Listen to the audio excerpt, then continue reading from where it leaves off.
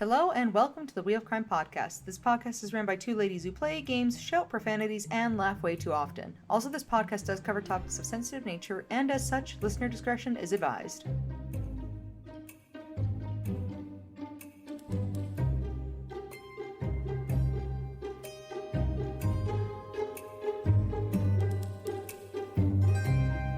Hello and welcome back to the Wheel of Crime podcast. My name is Jenn. My name is Emily. Welcome. I hope we're all excited and ready for another new episode. I know there has not been a break in episodes for you guys, but me and Emily, as previously mentioned, did pre-record the last few. So I feel like we're back now officially. I guess. Hello again. Yeah, so Jen went to Europe and we went, hooray! And then I don't remember what I did. I blacked out. I don't know what's happening anymore. Yeah, I work all the time a lot, and I just feel like I did more of that. And that was so nice. That was so nice. And now we are I here. love that for you. What a slay. One day I'll get a break. Just not now. I do have a wedding next weekend and other things still happening coming up for the year. And then hopefully I will be able to have free weekends again, because that has not happened in a hot minute for me. I know. And we're going on a trip in October together. We are, and I'm very excited about that. So looking forward to it. I'm going to eat so much sushi that I turn into one. I'm so excited. I'm going to eat so much sushi, I become a sushi. I've decided. I'm literally could not be more excited to eat so much fish with you. I want to have something become a fish. Well, I'm obviously going to become a fish. That's like a given. But we're going to become fish. And then I also really want to be somewhere close to the ocean and have a very stiff drink of some kind. Cocktail. Let's say stiff cocktail. A stiff cocktail sitting by the water in the middle of turning into a fish. That is what I want. I feel like that is a very achievable dream, and I will help you with that. I will help you too with my dream so that we may achieve it together. It's a mutual dream, really. Sounds good. No, and Jen is also coming to visit me this weekend, which where I live. I'm so excited. The colors are changing already, and it is actually really nice. So I am excited for that. So literally cannot tell you guys how excited I am to see Emily. Like, she's my favorite, which is why I yap with her which you should once be, a because week. I'm going to make you and your husband do so many cool things with me, like my PlayStation VR setup that I haven't really gotten the chance to use yet because I didn't have the space, but now I do. I just have to finish setting it up, so I figured we could try that. Yeah, and I bought a new board game for us to try. Yay! Yay! Okay, well, we could literally sit here and talk about bullshit forever. How excited we are to see each other. Yeah. But should we get into our wheel of questions? We should.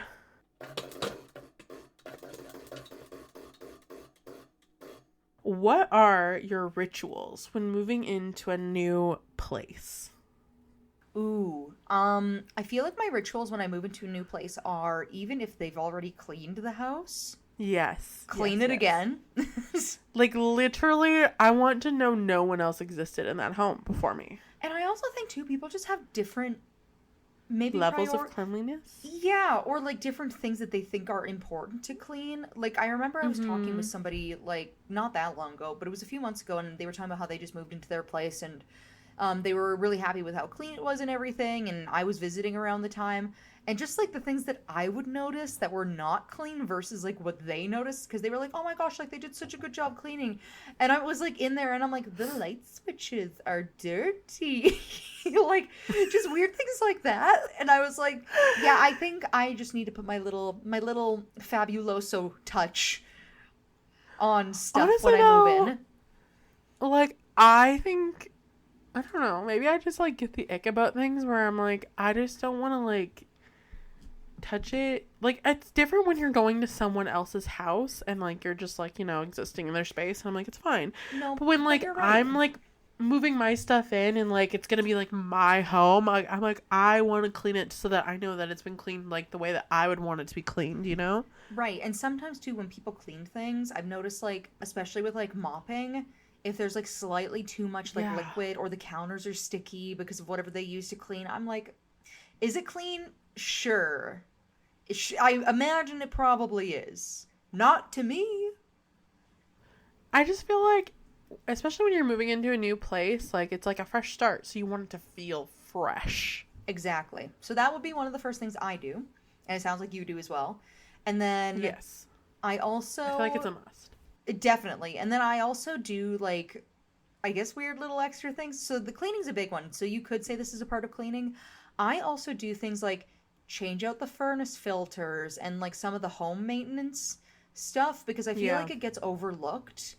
And then I just have had too many experiences where you, like, start living somewhere and you're like, why does it smell weird in here? Why does it always smell like burning dust? I'd rather take care of those things when I'm moving in, and like anything else I see that's like a home maintenance thing, before I get too settled in, because then it's not going to be touched, and then it's still gross, and then you're not going to want to touch it. And then you're getting someone else's weird dust all over your stuff after you've already put everything down, and it's literally. like, I'd rather get their crusty filters out of here before I move my shit in. For real. So I do that, and then I usually also pick, like, I do have a couple of little, I guess, rituals, you could call it, from my family that I've learned. So, like, I figured. Yeah. So I also salt my windows and doors, like, not on the inside, but on the outside. And then I also, you don't need to, like, burn incense or anything, like, super ooky, but, like, burning something in the house to, like, help it, like, just even change smell, so it's not smelling like an old home or like somebody else's old home, but like more like what you're gonna be bringing into there before you move in. Interesting. I never thought about that. I feel like I've always like just like lit a candle because I like the vibes of it, but I never thought about like the actual like kind of intention that could be put behind that. Yeah, exactly. So, like, picking something specific to, like, the last couple times I've done stuff, it's usually like, I like eucalyptus and I like lavender, so, like, something that smells, like, clean but floral, I like. Right. And I don't know. That's good. Right. So I do that, and then once that's all done, I'm usually tired, and then... and then I guess I have to do the other stuff that goes along with moving in somewhere. Yeah, that's fair. See, for me, my big rituals when we move into a new place is obviously a big clean. Mm-hmm. And then, weirdly enough, it has become a ritual for me and my husband to install a bidet. Well, that's usually like day 2 or 3, and inevitably blowing up the toilet by installing said bidet. Yeah. But also, we like to watch the dinner party episode of The Office, which is, I don't know if you've seen that episode. No, I've never seen any of The Office. So it's a really good episode where basically Michael Scott, who's like the schmuck of the show, he's dating this woman, the boss or whatever, right? Yeah, he's dating this woman Jan, who was his like corporate boss or whatever. But at this point in the show, she's been like fired from corporate, and they've just moved in together, and they basically entrap Michael's coworkers into a dinner party that they don't want to go to, but he really wants them there, and it's just like the most awkward, cringe, like humor possible. Yeah. But we love watching that, like our first night in a new place and ordering pizza. So that's our like move-in ritual. I mean, I don't know about the cringe humor, but the ordering pizza in, that speaks to me. That sounds good. So yeah. I like that. That's fun. That's cute. That's cuter than what I do.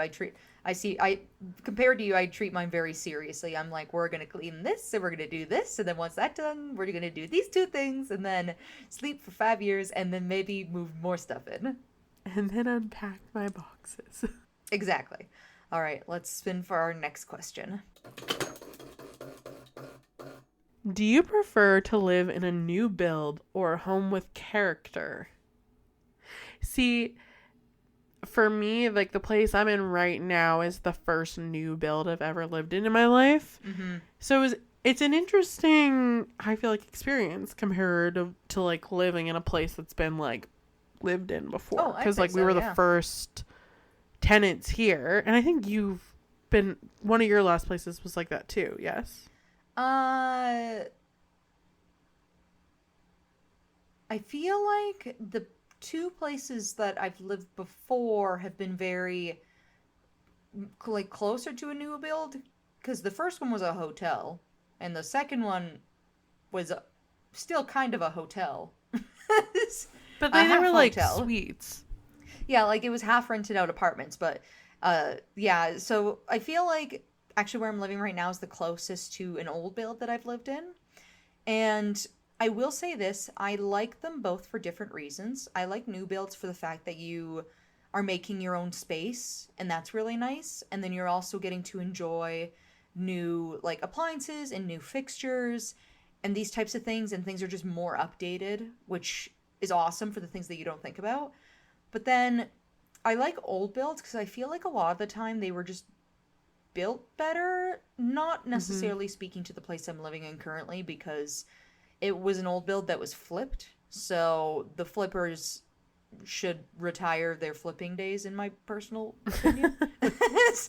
I hope they flip no more. Most of them, yeah, I hope they flip no more. They did not do a good job. But like for other people I know who do live in older homes that have, say, been maintained by a couple who lived there forever, and now they've moved out and they live in these places now.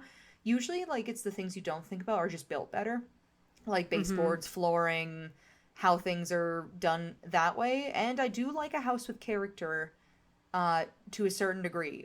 Wooden spiral staircase and crown molding, absolutely. Stained glass windows, slay, absolutely. Unfinished demon basement, no, thank you. See, I don't know, it's interesting because I feel like I've had like the worst of both. Like in our last place, it was an older build from like the 70s, I believe, and we literally had asbestos on the walls. Yeah. So it was an issue when there was a leak and there was mold, because you can't just simply like cut it out because there's fucking asbestos in the walls. Yeah. So like stuff like that you don't even think about is like weird issues. But then like on the flip side, in a new build, there is like, and this is the hill I will die on, I will go out on a limb and say like most new builds are so shittily built. Like the amount of problems we've had with this place because of how like fast it was put up and just like how shit of a job they did is like astounding. Your bathroom door literally cannot close. Because like, the door is not set in the wall properly. I know. It's so stupid. And I'm like, it's just like little things where I'm like, why was this fucking put together with like straw and tape? Like, like not literally, but like, I mean, it feels that way when like the closet door can like come off the hinges. I'm going to say it literally was, but like, it's so insane. Because I'm like, our place looks really nice. Like, it looks very modern and whatever. But, like, I'm like, it's just, like, all this, like, it's just so, like, cheaply made. And it pisses me the fuck off. But that's what I mean. It's, like, if that's like the worser part of the new builds, and then you experience, like you said, the worser part of the old builds. So it's kind of like it doesn't really matter what you sign up for because it's kind of shit. It's like, I know, me with, I mean, you're always gonna have problems everywhere, but like, yeah, well, it's even where I am, like, just different problems. There's the two things that were done really well, but then because the flippers touched it, other stuff is just shitty, and it's kind of like, well, like, what do? You ruined it, you bitches. If I knew who they were, I'd fist fight them in the parking lot tonight. We would throw hands. I would. I just found out recently that, so our bathroom in our other place, it's like, it's also built with tape and straw, basically. And then I was like, well, at least our bathroom is fine. No. Oh no. They've got, I found out recently because we had a handle break off in the shower. that they didn't actually even attach it to the wall of the shower. They drilled holes in, so every time the shower's been turned on, it's been running into these holes where the handle sits instead of around them, because it wasn't literally. Jen just banged her head against the microphone, everybody. That is how I felt when I looked, because I saw the broken handle in my hands and I was like, oh well, that's easy to replace. It's just like, whatever. I'd figure it out. I'm a woman. I'm strong and I'm smart. I was gonna figure it out. Yeah, and then literally I saw these two holes, like, through the shower wall into the wall in the back, and I was like, sweet. And I'm like, please don't tell me these are open holes. They're open holes. And I was like, oh, okay. Great. Cute. I love this for me. Basic. Yeah, so there's water somewhere. Mold, probably. Do I have the time of day to care about it right this minute? No. I also have a dead body in the wall. I don't have time to care about that either. We're not even gonna address that right now. No, you guys can think on what I just said, and then I'll talk about it next week. All right, let's wait for our next question. Okay. How much do you know about the previous owners of your home? A lot, actually. But I think my situation's pretty unique because we were renting from a couple people who ran my place out as an Airbnb for the wintertime, so we were only supposed to be here for like 6 months. And then they tried to sell it while we were still living there after like 3 months of living here. And then at that point, we both were like, well, it'd be nice if we didn't have to worry about not living here anymore all of a sudden. And we could probably live here for a couple more years. And now we have a home. And so you bought it. And so we have a house. So I know quite a bit about them because I did have to talk to them a fair bit while we were setting up rental stuff. And it turns out, as Jen knows about me, I apparently am related to one of the girls who was one of the owners' best friend. So, and we all went to school together. Because of course we did. Of course we did. Emily's related to literally fucking everyone. I think we're even related, like, by second cousins or something. Like, yeah, something like that, where I feel like it was literally at your parents' house. One of your aunts was talking about it, and we like looked at each other. We were like, I think like one of my second cousins married Emily's second cousin, but they're divorced now, so maybe we're step related. I don't know. I could be step related, ex related. No, I like step related, thrice removed.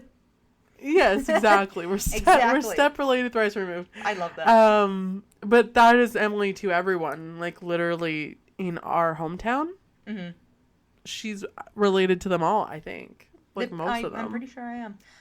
So then I guess get a man who wasn't from here. Literally, but I guess short answer, yes, I did know them. Apparently better than I knew.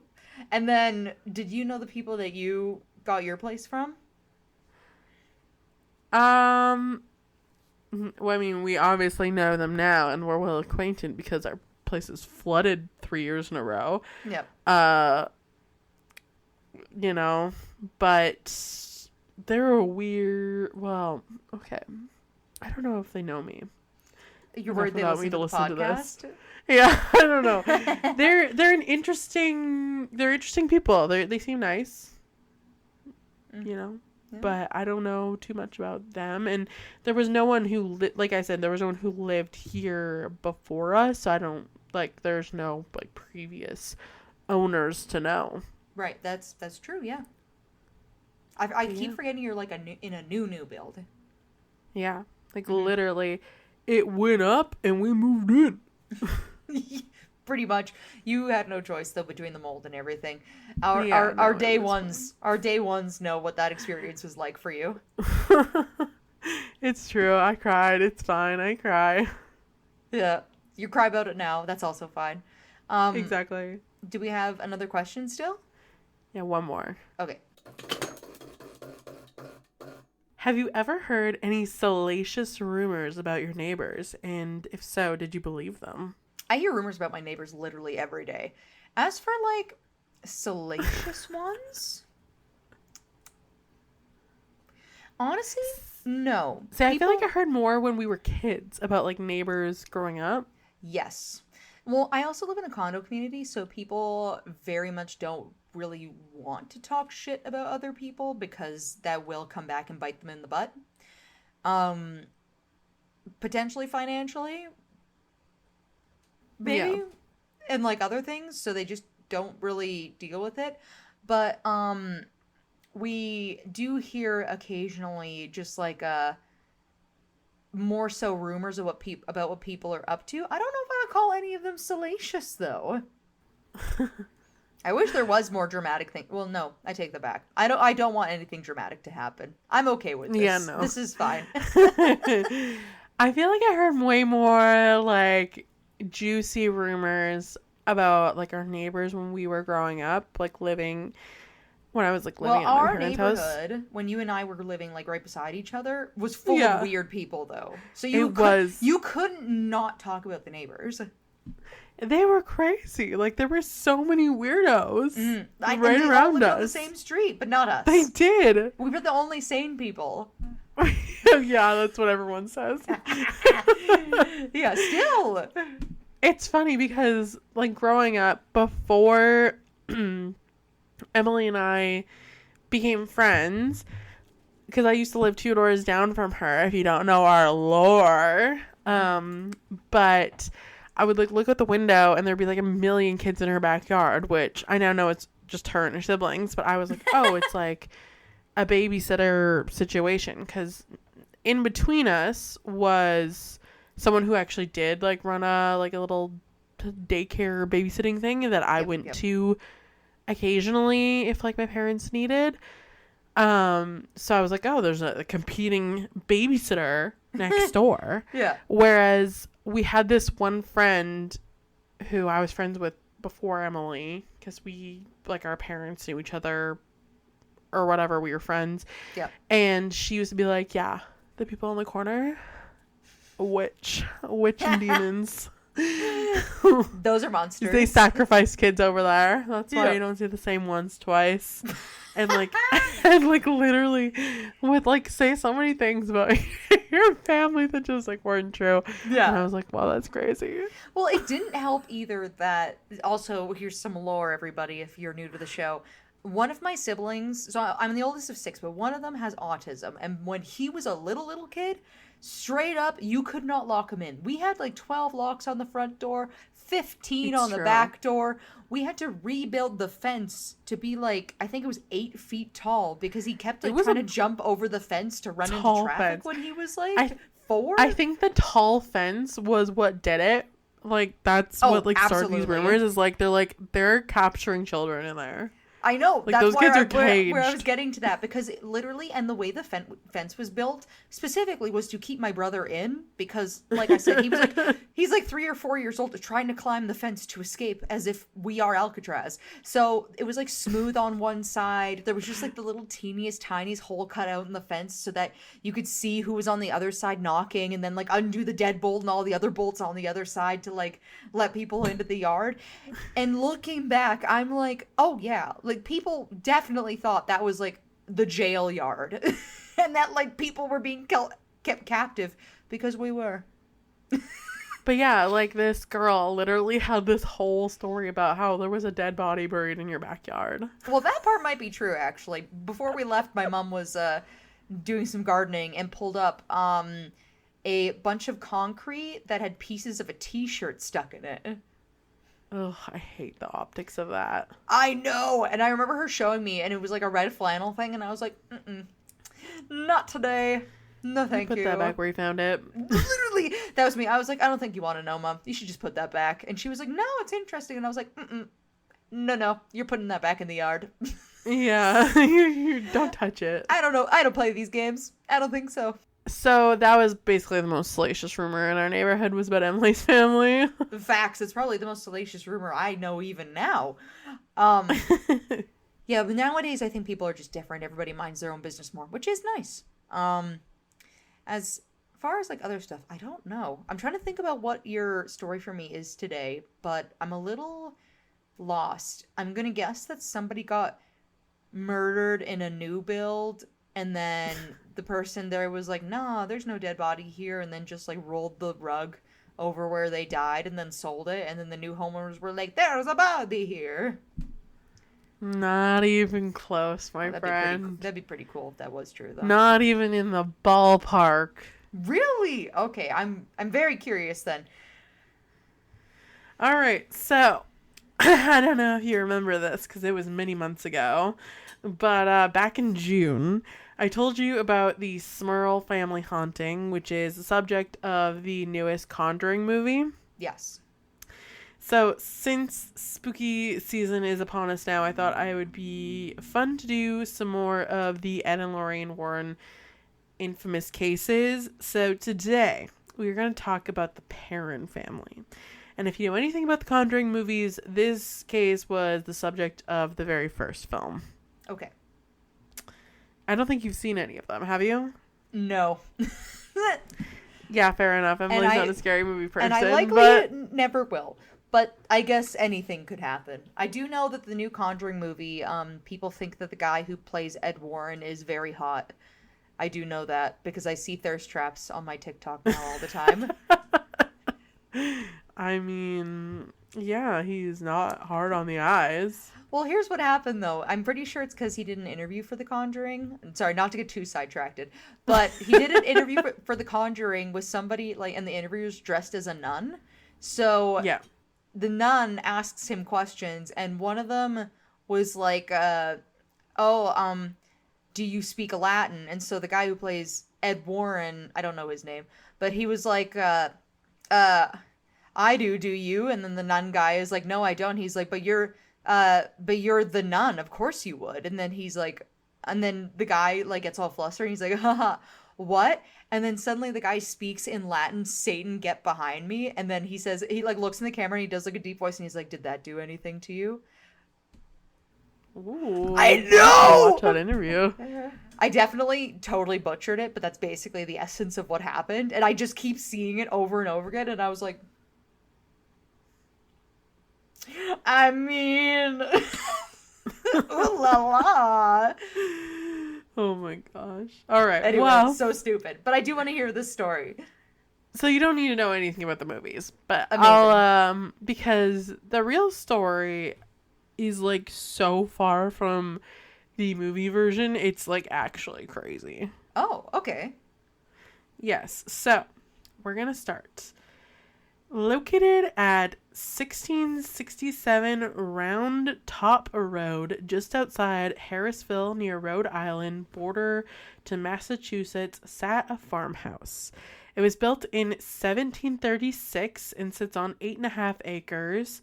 It's been known by many names over the years, from the Richardson House, the Arnold Estate, and the Old Brook Farm, but now it's known as the Conjuring House, thanks to the films. So the history of this house is particularly interesting. A previous owner of this farmhouse was a woman named Bathsheba Thayer and her husband Judson Sherman. According to paranormal investigators Ed and Lorraine Warren, Bathsheba promised to haunt anyone who would go on to occupy the land where her home once sat. That feels pretty normal for a ghost story so far. Yes. So I will say there's a lot of conflicting information and honestly just a lot of misinformation about Bathsheba due to the time period in which she lived her life. The records are not great, but I'll do my best. Just take everything with a little grain of salt and do your own research. You're doing an Emily story, I see. Yes. So Bathsheba was born in 1812 and by all accounts had a relatively contented childhood. She would grow up to be an envied beauty and tie the knot at 32 years old in 1844. And sadly, for the time period, this would have made her a spinster at her ripe old age, which doesn't feel great. I forgot that 30 years old meant you were guarding the graveyard and on your way in. They're like, dude, you really can't do any better than this ancient pile of bones? This decrepit old woman. Like, really?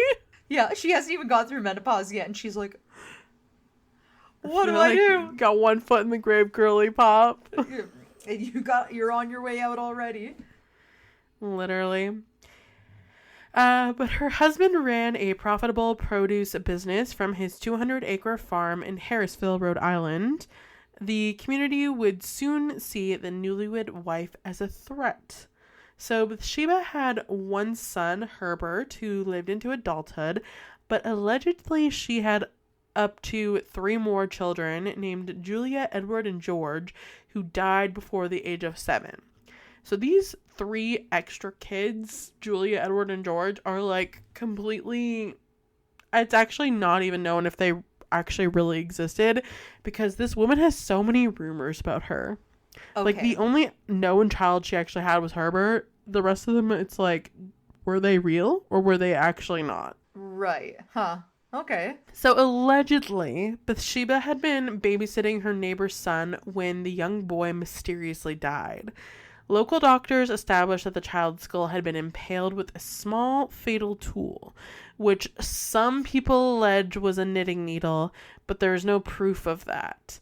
So despite the fact that Bathsheba was the last to tend to the boy, the case never went to court, and local women were enraged, and this caused a lot of rumors to be spread about her. So local historians were actually unable to find any evidence of a trial or inquiry involving her. The trial of a woman killing an infant by putting a needle into his skull surely would have been front page news, but there's no record of it in local papers nor courthouse documents. So right. Again, her killing this kid, this neighbor's son, did it happen? No one ever knows. Like, right. It's literally not actually proven anywhere. This is just a rumor that's made up about this woman. All right. Potentially. So several other rumors about her were spread. One rumor was that she was a witch who worshipped Satan and was related to Mary Eastry, a woman who was hung in the Salem witch trials, which would have been around this period. Right. Another rumor was that she gave birth to a son, but stabbed him to death with a sewing needle a week after he was born. As you do, I guess. Her husband is said to have caught her in the act and witnessed her vowing allegiance to the devil and cursing all who would dare to live on her land before climbing a tree and hanging herself in 1849.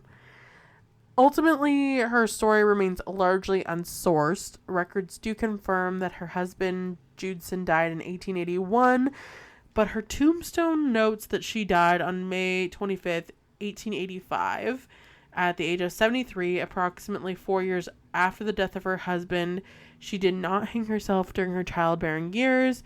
The Barrowville Gazette noted that she died following a sudden paralysis, a common way to describe a stroke in the late 1800s. The paralysis was a source of another rumor that her body literally turned to stone upon death.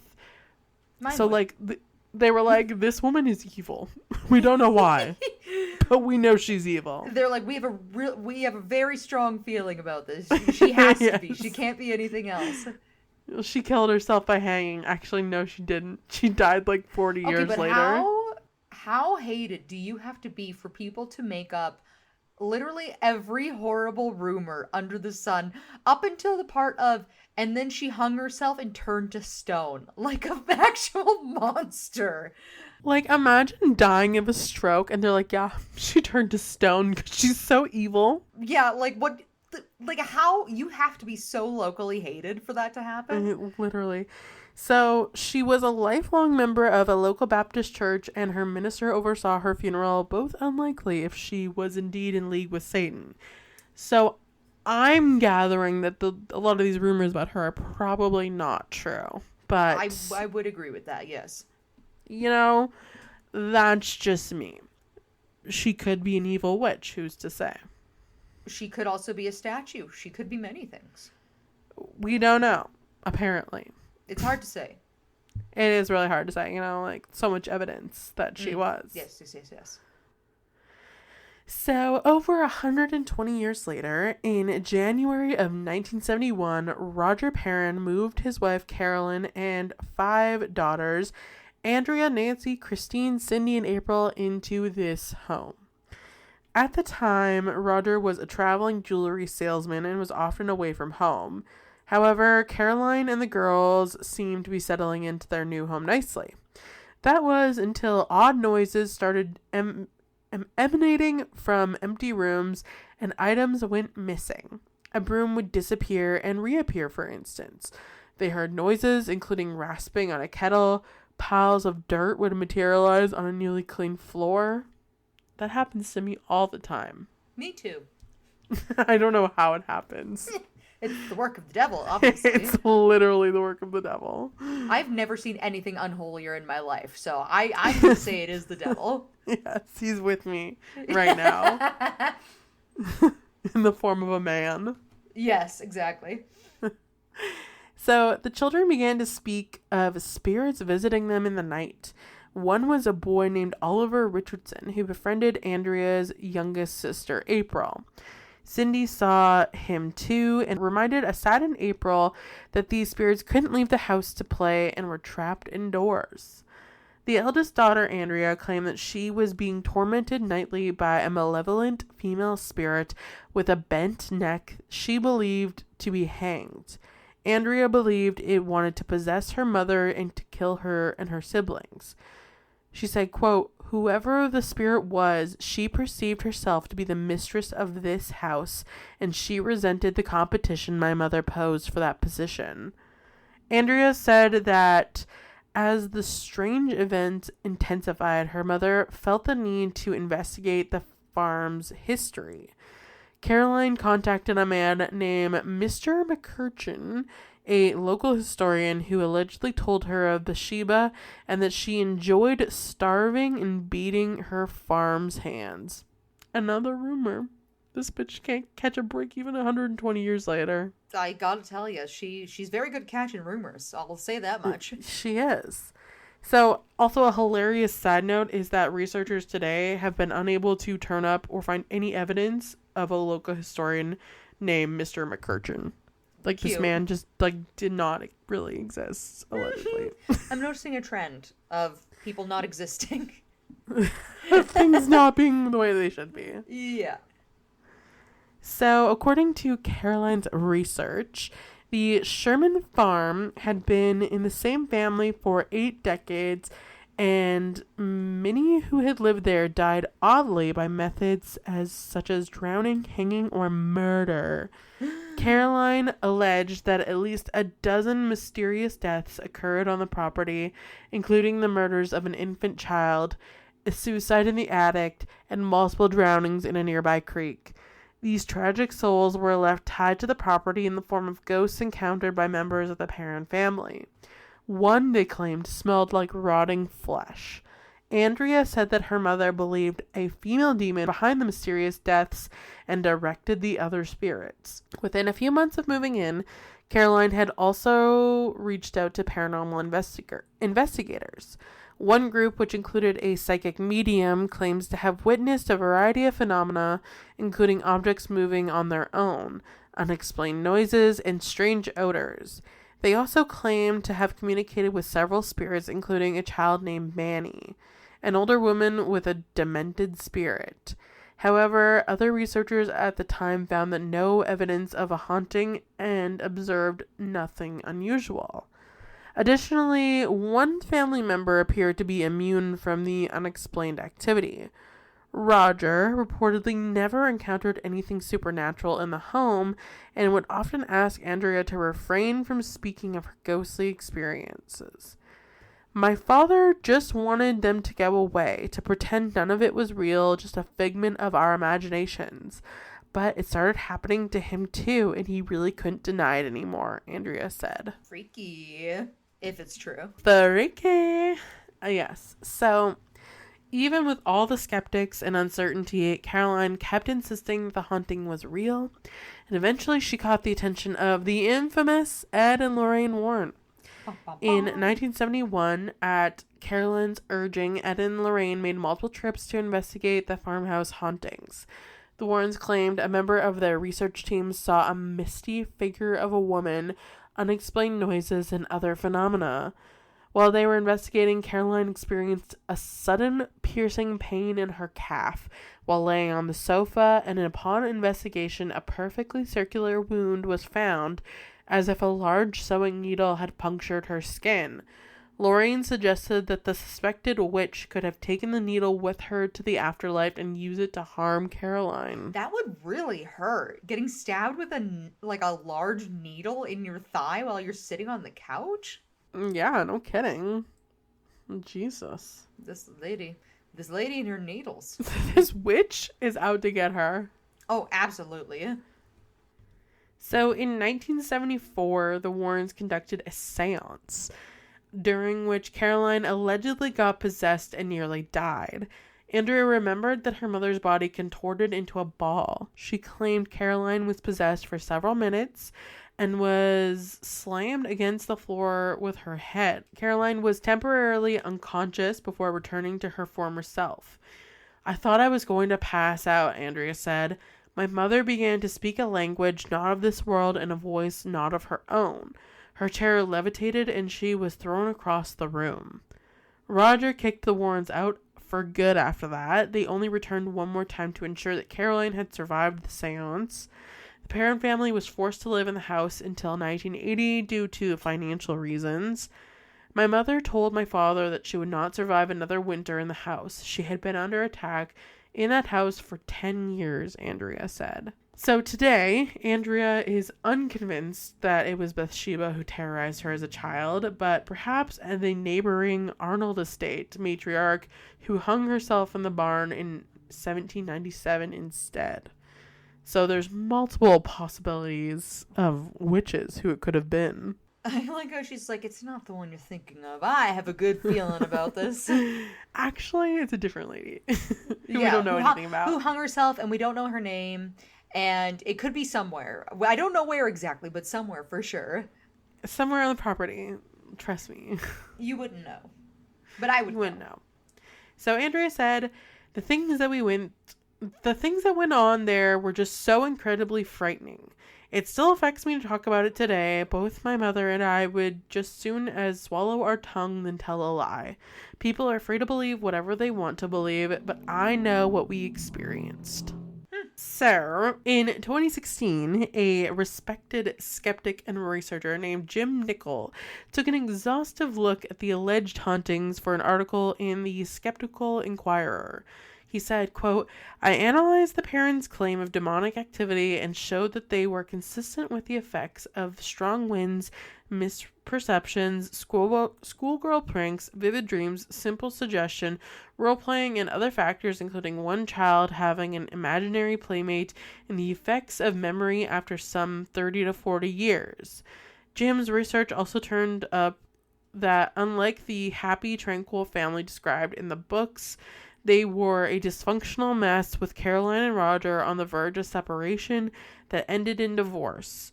Roger denounced the Warren as, quote, a pair of two-bit charlatans, and Caroline insisted that her daughters agree the house was haunted as a show of loyalty. Bathsheba's suicide in the farmhouse attic is just one of the many deaths wrongly attributed to the property. The other deaths Caroline, quote-unquote, uncovered happened in different locations. There is no record of anyone purposely killing an infant in the 300-year history of the property. Had such a death occurred, it would have likely been recorded in what is now known as the Black Book of Barrelville, a list of the unusual deaths from 1806 compiled by historians in the township of Barrelville, where the farmhouse officially sits, Jim noted. So Jim also spoke with Gary and Norma Sutcliffe, who lived on the property from 1987 to 2019 and reported no strange occurrences. Their biggest problem were vandals and trespassers following the 2013 release of the first Conjuring film. Gary and Norma did end up selling the house in 2019 to another couple for $439,000. That couple did allege that there was some demonic behavior happening in the home, interestingly.